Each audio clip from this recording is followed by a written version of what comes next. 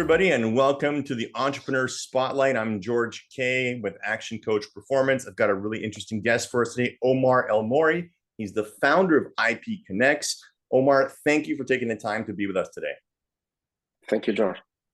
Omar, you're the founder of IPCONNEX. Could you tell us a little bit about your background, how you got started as an entrepreneur, for example? So I started as with a technical background, so as a network engineer, so doing routers, switches, stuff for those who are in IT, so they will understand that. So mostly like the backbone of what's internet and what's connection right now. So I started from there, and I worked did that for many years, and then actually, I was doing this in the Middle East and in North Africa. So, and then I moved to Canada. I kept doing this because we have the same technology, the same standards. So I kept that technical background and helped me to get started. But then I figured when I arrived to Canada, there's a lot of opportunity. There's a lot of business opportunity that I was already starting to explore and back in at home. But then there is a lot of advantages to that, to be doing this in Canada. So the first natural step for me was to start as an independent consultant. So being my own business. So I started doing that. A company of one. A company of one. But then I figured but actually I'm not really a company. I kind of start figuring out that this is not what I'm looking for. I'm looking for bigger, because a company of one means that you're kind of just an employee, but just as a business. So that's it. So I started looking left and right and start working with partners, sometimes just having small gigs. But then it evolved from there, and it evolved in multiple directions. I get started as after being an independent consultant, I start working as a consultant for an ISP, and then I joined them full time as a partner. And then from there, that helped me being in a business that has employees and have customer service, sales, and all that. So from there, we started within the team, the founders start thinking about we need to build a different company that is not an ISP, that not targets residential customers, but we need to target businesses. And then from there, we evolved into leveraging the resources that we had, and then working on solving problems for businesses. The first business that I was solving problem for was the ISP itself. So well, yeah, you knew their problems, right? You were in there already.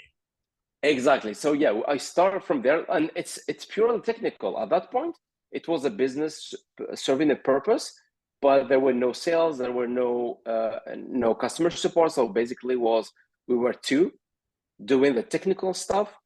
So okay, but there's no sales. How are you getting clients? Did you just have one major client, or how was that? Yeah. How was that happening? Yeah. So that was the first major client we started with, an ISP. Okay. But then we figured if we need to grow, we need to do things differently. It's not gonna happen. More clients. Yeah, even the ISP, we were relying on the ISP resources. The sales resources are custom for kind of B2C, not B2B. Right. So we need to build something different. So, and then also we were trying to actually, we're still working on that today.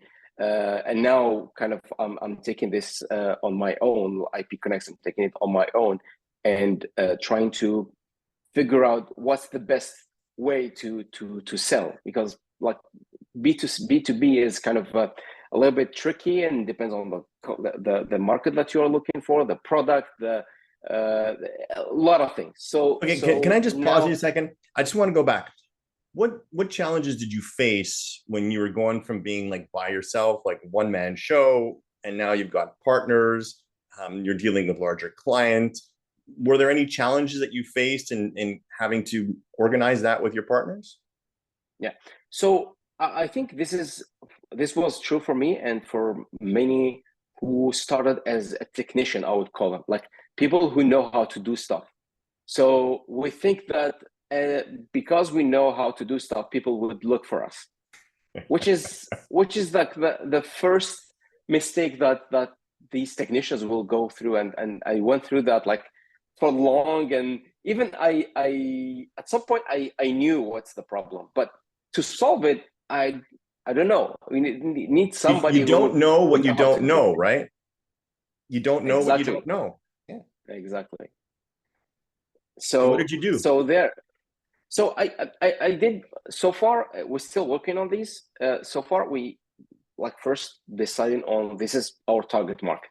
We started solving, like trying to work on accountant firms who, because I happen to be familiar a little bit with accounting, like have a couple of accountant friends. So the easy start was to say, you know what, I can have this solution for them. And we were right before that we start targeting nonprofits. But we quickly learned that, you know, because we have one of the nonprofits that we were working with needed kind of custom software, and we did that. It wasn't so profitable, but we learned a lot. So we said, like, we have what it takes to target small nonprofits, but we quickly learned that nonprofit sales process is so long and complex. They need a lot of approvals, and they don't necessarily have the budget for it. So we skipped that. Yeah. So now we went to accountant, and we partnered with kind of a call center, cold calling, lead generation partner locally here in Montreal. So basically, we explained what we know technically, but they kind of translated into like into English. Into English, right? Exactly. Like yeah, mostly French, and that helped a little bit. So far we are in that process, and Okay, so I hear I think two that was things. I hear two things. I hear one, you made the, in my opinion, the right decision to focus on businesses niches that you were familiar with. So first the ISPs and then the accounting firm. So focusing your sales efforts on businesses that you were familiar with, right? So that's a great strategy. It's beautiful. You don't have to learn a bunch of things. You know the answers in advance. You can present answers to your clients right off the bat. So I think that's fabulous. And the second thing I'm hearing is you reached out for help. You weren't necessarily so great at the sales and the maybe the advertising, so you outsourced it to a third party company. Yeah. Great. So maybe I'll add a second thing to the thinking of a technician, that it's not sales oriented. The second one would be that we want to do things ourselves, and and that's also like it's a very known problem, but we know about it. But when we are in the action, it's hard because we need to learn how to let go. Like we need to know, kind of take a risk, but measured risk, but step by step. And you know, I'll tell you, you're not alone. Technicians are not alone in this. I think most entrepreneurs become entrepreneurs because they like to do things themselves. They like to have control of what they're doing. And I think a lot of entrepreneurs suffer from that need to know how to do everything themselves, the inability to let go and outsource or delegate, for that matter. And so that's where I think it stands between an entrepreneur and somebody who is a successful entrepreneur. So it's like the step need to be crossed. And I learned that in completely unplanned way, because while I was doing like business for the ISP, we started doing, it was kind of a small niche idea that we were doing for the telephony. So in North America and Europe, usually this is not a problem. You pick up the phone, you dial a number, and pretty much cheap. But for Africa and Asia, some Asian countries, it's kind of expensive, and you need to kind of, there is a marketplace.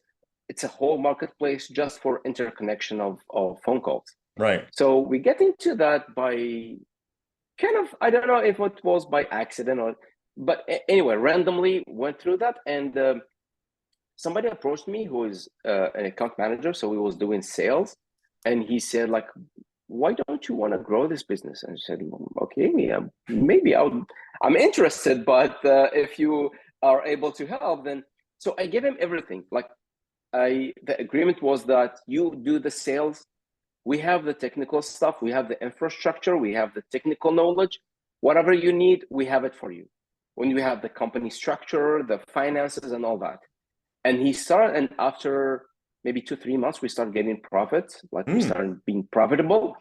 And even this is a small margin business, because it targets African and Asian countries. So it's not something that will grow to 1 million or more than that, but it's still sustainable because the resources are not in North America or in Europe. Like it's from Asian countries, Bangladesh, India, and Pakistan, and from Africa as well. So the resources are not costly. So I was kind of forced to say, the technical stuff, I need to outsource it because it's not worth it to spend my time doing it. Right. Because the profit margin is low. So, and then it became successful because just let people do what they know how to do. Okay. All right. So I'll ask you this question because we see this a lot in the business world in general. Do you have any tips for people when it comes to screening people that you want to get involved with, like that you want to outsource things to, projects to, responsibilities to, because the screening part is key, right? So what was your experience in that? Yeah. So I've got this also. Maybe we got it right by accident. Like the first hire that we got, we needed someone to be able to for customer services. We needed someone to be able to respond to their needs, like simple needs and help desk and all that. So somebody sent me his resume and talked to him. He's interested. He is like a junior, and said, okay, yeah, you're hired. Like, well, let's start and you'll see. And this guy became a real success. And specifically because of his personality. He's someone who never let go. Like at some point we were starting, this is just an example to give you an idea how it went. So we started doing timesheets. And I told him, there is this software, give it a try for a week or two and we will see. So after 6 months, I checked the software. He stayed working on it. Like I said, I completely forgot, but he kept doing it. So this guy is really structured. Like if you ask him something, he will do it. Like for 10 years, nonstop. So, and then going back to your question, like how to profile people. So I think it depends on what we need. Because if you got technical problems to solve, somebody who is too structured is a bad fit, and we need both in the team. So this guy ended up being a technical team leader, because if there's something to be done, he will chase the person to do it until it's done. So this is the right profile for him. Yeah. But within the team, we have somebody else who is kind of give him the problem and forget about it. Like in a week or two, just call back. I got a solution, but I don't know. I need some feedback. So that's it. And so the idea is to know, to have kind of a map. This is how I see my team gonna be, and what are the top skills that I need for each. Yeah. So that's kind of also, I think I learned it by accident as well. So yeah, I think a lot of people, when they're getting started, they focus on the resume. They focus on the qualifications of the person. Does the person have the educational skills? Does this person have the right experience? And then as long as they check the boxes for all of that, they say, okay, and it's the right price, so to speak, but then we'll hire this person if there's nothing wrong, right? But I think you've got the idea of matching the personality of the person to the type of work that they're going to be doing, right? That has to be taken into consideration. I think a lot of new entrepreneurs don't focus on that. So that's great information. Okay, so let's move on to something else, a little bit of a different. You've been doing this for a while.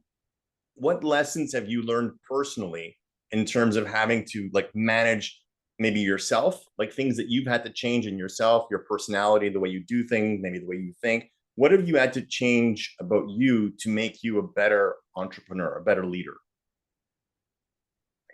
So if I maybe to summarize this in one thing that is, I think it's really critical here is that uh, for someone like me, I was working in the company. I was as an employee, and early on, I was really motivated by business. So sometimes there is a business decision that nobody agrees with, and it's unpopular, Mm. but it makes sense in terms of business. So this is where you will find like employees and management have a disconnect. And to be able to fix that, you need to have like, because it's the responsibility of the management. So you need to have kind of to transmit the message clearly to employees to say, you know, this is the problem, and to be transparent. Like if the company is not doing good, like need to be transparent. You know what? Here's the problem.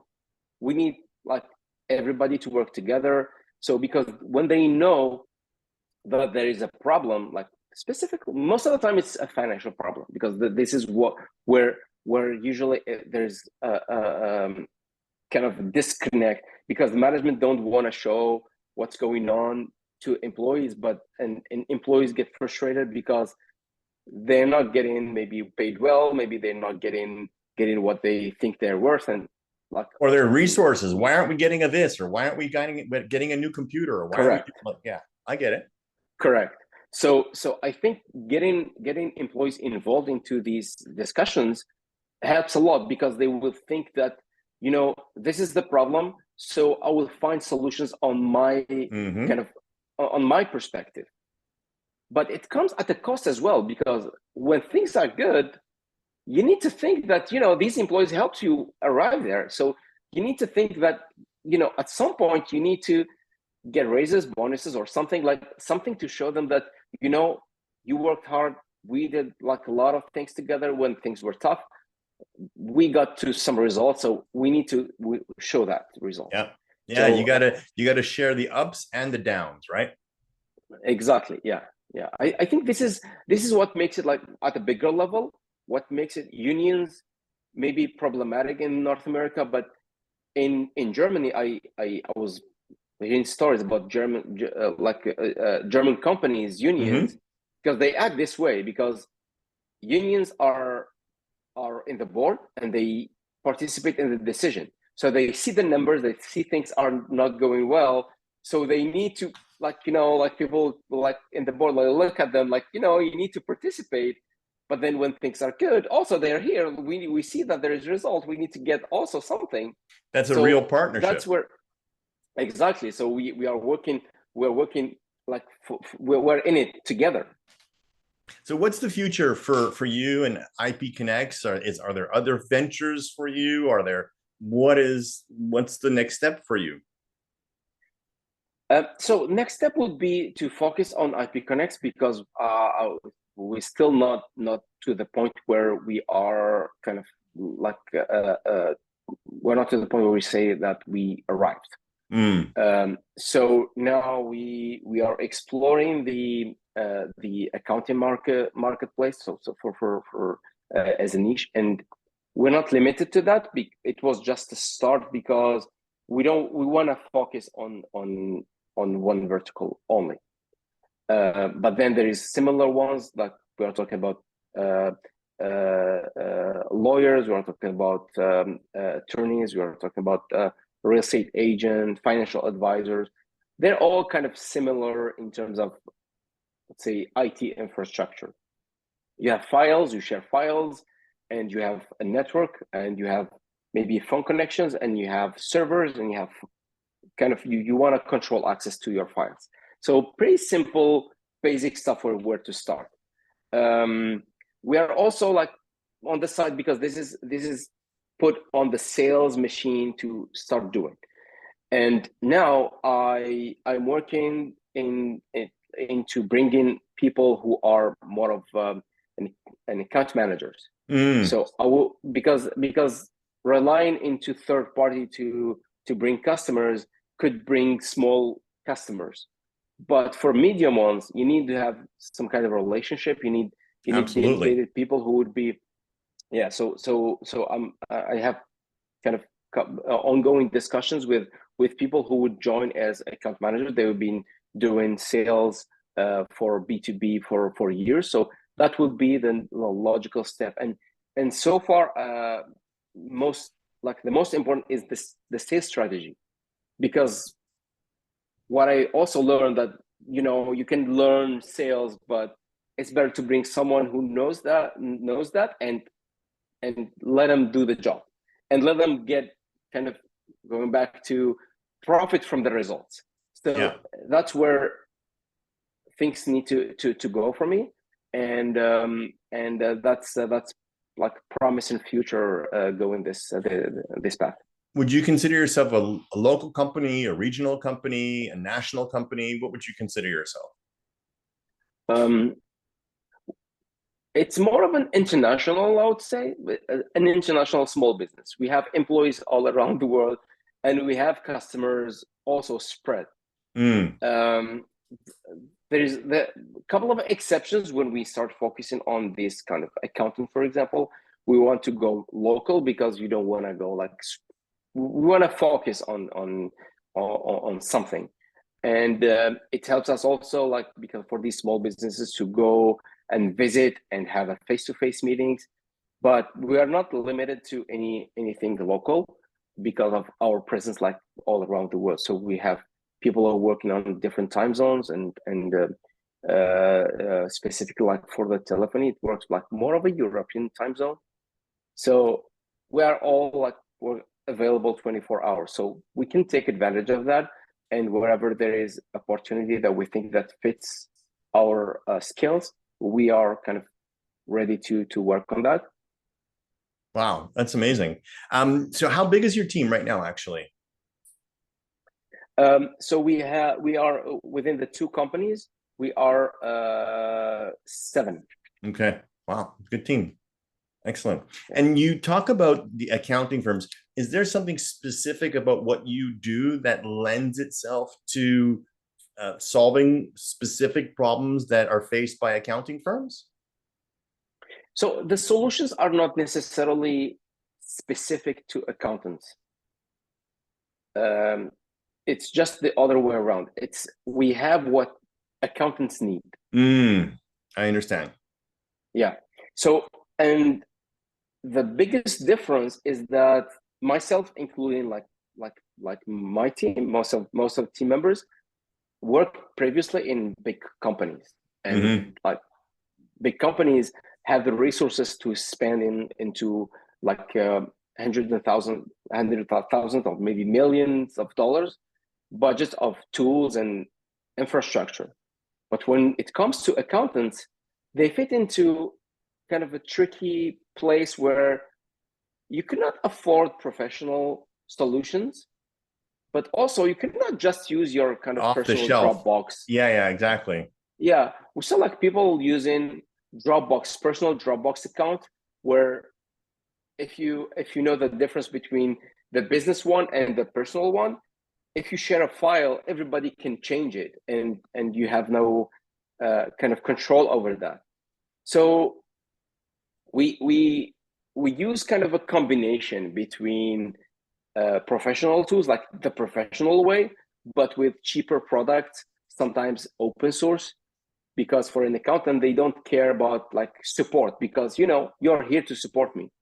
For companies, for big companies, we'll go big corporations, the main reason why they use like really expensive solutions, because it comes with a guarantee and a solution, and they do that as kind of a risk mitigation, not as the best solution. Yeah, they want that 800 number to be working all the time, and someone will answer the phone 24/7. That's what they want. It's kind of the famous saying that goes, nobody gets fired by buying IBM. Right. It's expensive, but nobody will gonna blame you because you bought IBM. Right. So the same thing. So we have a kind of an open source ERP solution that is more of, I would call it a kind of a software platform that can be customized. And one of the customization is in ERP. So you can go to maybe Oracle or SAP. That's for big companies. But for small ones, they don't want to spend $100,000. Right. But I'm willing to kind of spend $1,000 a month, or maybe even less most of the time.